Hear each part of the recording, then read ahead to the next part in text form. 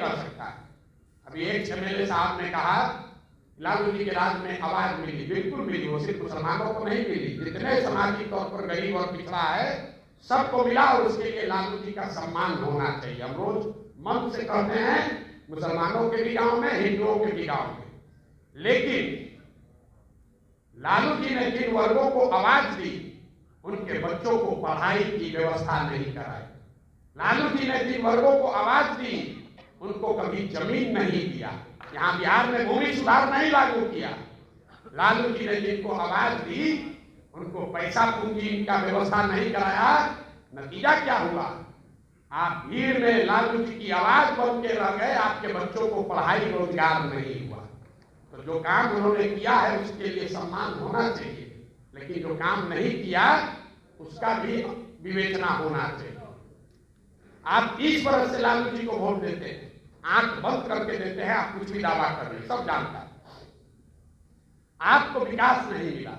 मुसलमान कहता है भैया इससे कोई बात नहीं, चलिए कम से कम लगता है कि हम लोग का अपना दल है, भागीदारी हमको है। आप अपने भागीदारी का आलम देखिए। बिहार में जनसंख्या के हिसाब से आपके 40 एमएलए होने चाहिए, हैं 19। ये कोई चिंता का कारण नहीं है मेरी नजर से। ज्यादातर लोग कहेगा भैया हम लोग को टिकट नहीं मिलता इसलिए हम लोग का विधायक कम है। ज्यादातर लोग उसी नजरिए से इस बात का विवेचना करते हैं। मेरे लिए चिंता का कारण नहीं है कि एमएलए 19 है। चिंता का कारण ये है कि आबादी के हिसाब से आपके 1650 मुखिया होने चाहिए। बिहार में 1200 से कम मुखिया मुसलमान है। आबादी के हिसाब से 27,500 आपका वार्ड सदस्य होना चाहिए। बिहार में 11,000 से कम वार्ड सदस्य मुसलमान है।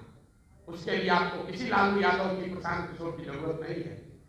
मुखिया का चुनाव लड़ने के लिए, वार्ड सदस्य का चुनाव लड़ने के लिए किसी दल की जरूरत नहीं है।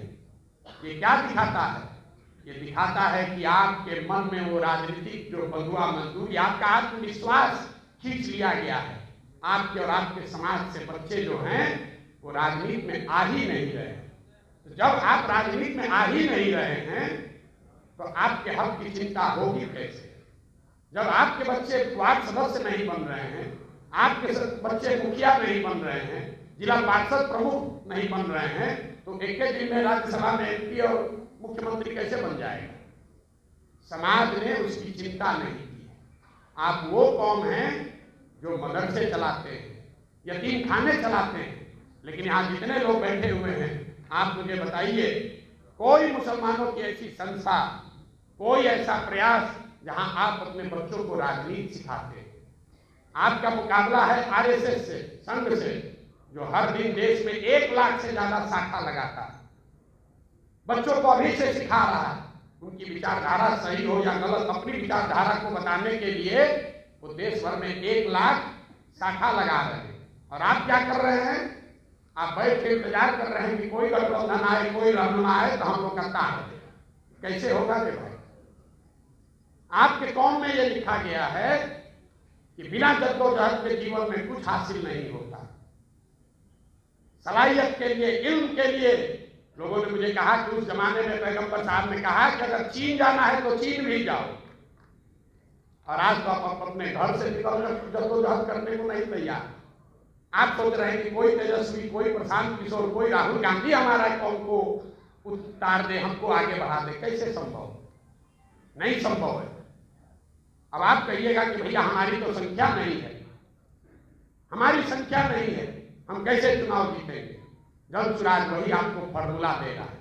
हम आपको यहाँ फॉर्मूला बताते हैं, रोज कैमरे पर भी कहते हैं। आपको लग रहा है कि किसके साथ गठजोड़ बनाए, कौन सा राजनीतिक समीकरण बनाएंगे हम चुनाव जीतेंगे? कि भैया हम लोग खड़े हो जाए तो किसके साथ चलेंगे हम लोग चुनाव जीतेंगे? हम आपको उसका फॉर्मूला बता रहे हैं।